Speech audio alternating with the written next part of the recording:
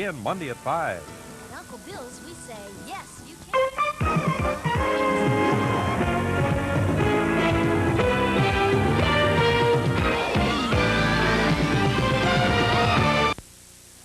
Now, you know, I used to do half-hour shows all the time, you see. And this show tonight, of course, is a special. That is, they call it a special. It's not a special at all. It's an hour show. They always make a big thing. It's all it is 2 half hours put together. It's not a special. To me, a special is when coffee goes from 85 cents to 74. A love letter to Jack Benny, sent with affection and gratitude for the many wonderful moments he gave us all.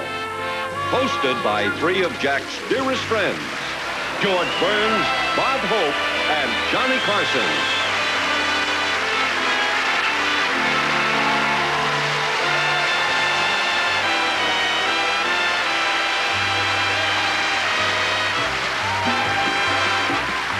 And from the Jack Benny specials, Lucille Ball, Dick Clark, Phyllis Diller, Walt Disney, Dean Martin, Dick Martin, Gregory Peck, President Ronald Reagan, Dan Rowan, Don Rickles, Dinah Shore, Frank Sinatra, Red Skelton, the Smothers Brothers, Elkie Summer, John Wayne, Lawrence Welk, and featuring from Jack's old gang, Phil Harris, Mary Livingston, Dennis Day, Rochester, Don Wilson, Mel Blanc, Frank Nelson, and Benny Rubin.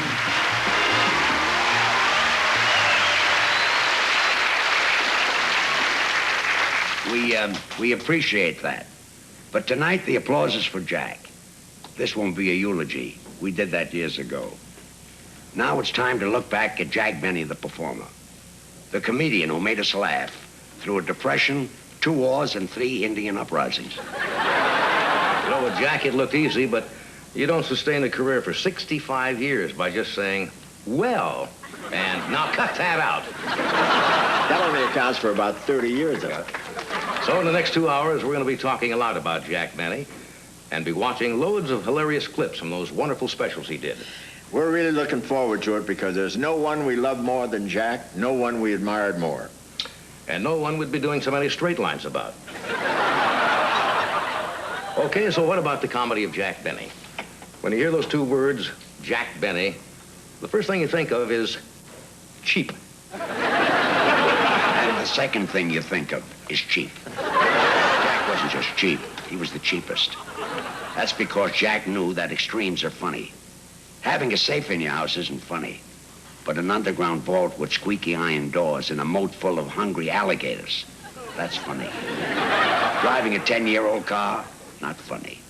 But a Maxwell with petunias growing through the hood, funny. And Jack's eyes, they weren't just blue, they had to be bluer than the thumbs of a cross-eyed carpenter or the thumb of an Eskimo hitchhiker. I love that one.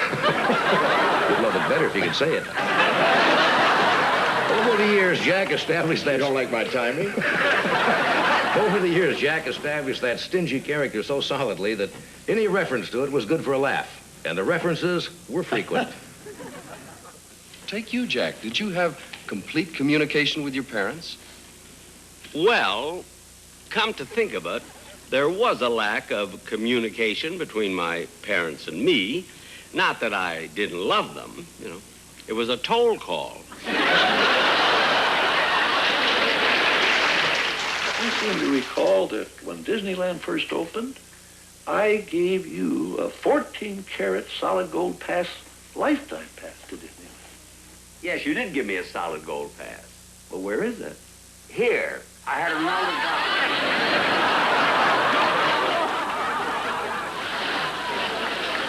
And I know, my friend, that you'll want to be the first today, because to the first customer today and today only, we give a free solid gold wristwatch. Don't reach for your wallets now.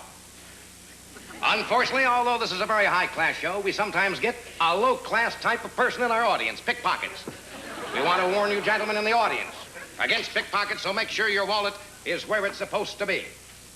I want to tell you folks that luscious Lucille is the most fantastic dancing girl in all history. When Lucille...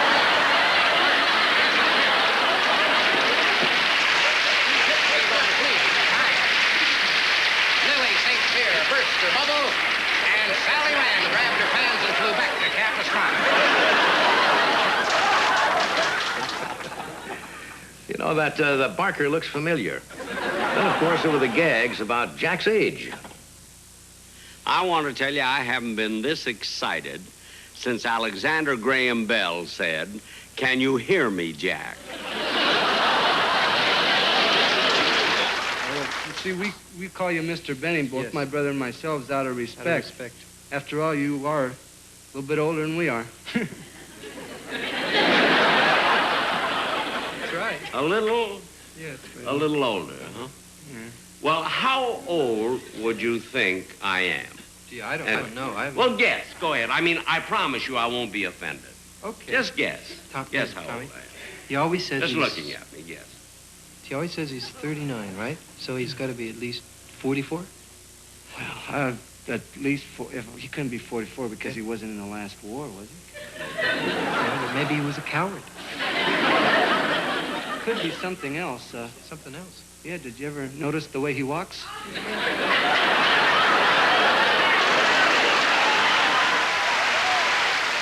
That was another thing, Jack's walk. You'll hear lots of kidding about that tonight. Bob, what was it exactly about Jack's walk? I don't know, but Phil Harris once said, you put a dress on Jack and you could take him anywhere. Those gestures of his. As a vaudeville monologist, Jack carried a fiddle. In radio, he held a script. But in TV, he didn't know what to do with his hands. He felt awkward.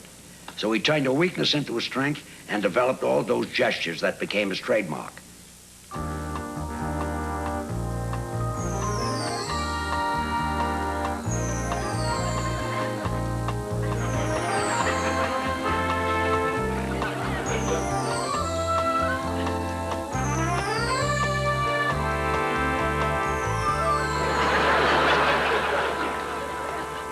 That one was to pinch color into his cheeks. And then, of course, there was the way he had of turning and looking out to the audience like a wounded deer.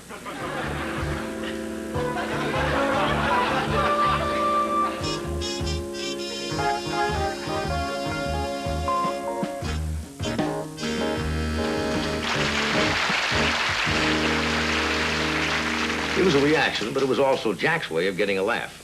He looked at them till they laughed. And if he had to, Jack would outweight them. The audience knew either they laughed or it was the end of the show. Yeah, that was Jack's style. He looked, he stared, he waited. I think he learned it from a turtle. I once told him he should team up with Perry Como and make still pictures. But Jack had a routine with Mel Blanc that he used to switch around and it never missed. Watch this. It's not only a comedy classic, but it's a perfect example of Jack's unique pacing.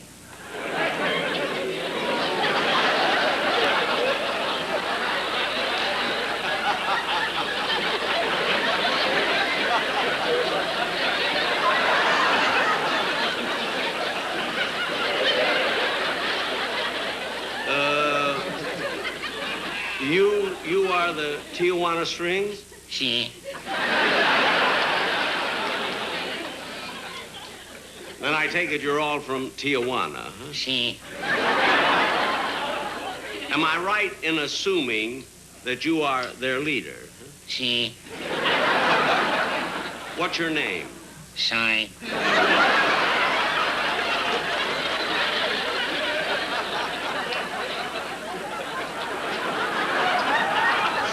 Si. The Tijuana Strings, that seems awfully close to the Tijuana Brass. I mean, didn't they ever object to it? Si. Well, what do they do? Su.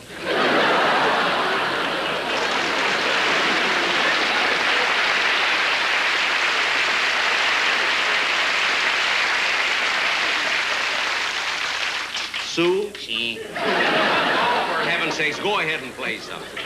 Now, what are you going to play? The flea. I'm afraid to ask this next one. The flea? Yes, sir. Holy smoke. Did you say yes, sir? Oh,